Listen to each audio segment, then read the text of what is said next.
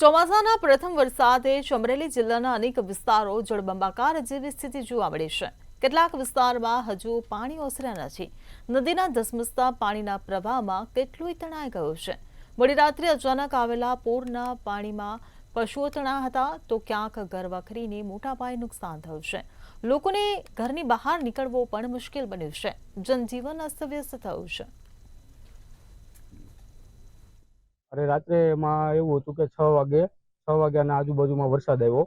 વરસાદના હિસાબે એક આમતું પાણી આવી ગયું, પૂર આવી ગયું। એના હિસાબે 15 માલઢોર હતા એ બધામાંથી અમુક તણાઈ ગયા છે અને 7 જેવી બોડી અહીંયા મળી છે અને 7 ઢોર મરી ગયા છે।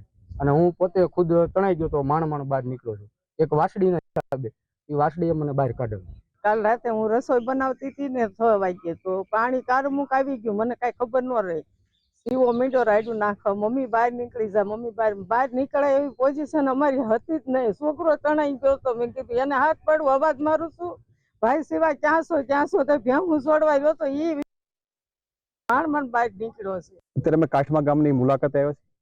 કાઠમા ગામની અંદર આવેલો સંતોનો આશ્રમની અંદર 15 જેટલા પશુઓ હતા જે ખૂબ વરસાદના કારણે એક સાથે 15 જેવો વરસાદ પડવાના કારણે અચાનક પાણીનું પૂર આવવાના કારણે પશુઓ પાણીમાં તણાઈ ગયા છે।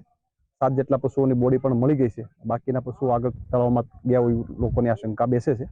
પણ ખાસ કરીને ખૂબ વરસાદના કારણે મોટી નુકસાની પણ થઈ છે। આ વિસ્તારમાં પશુઓ તણાણા છે। જે સંતોના આશ્રમમાં અત્યારે અમે આશ્રમની મુલાકાત લીધી છે અને અધિકારીઓને પણ બોલાવ્યા છે। એમનું પીએમ કરી અને યોગ્ય વળતર મળી રહે એ પ્રકારે સરકારમાં રજૂઆત કરીને તાત્કાલિક વળતર આપવા માટેના પણ પ્રયત્નો કરી રહ્યા છે।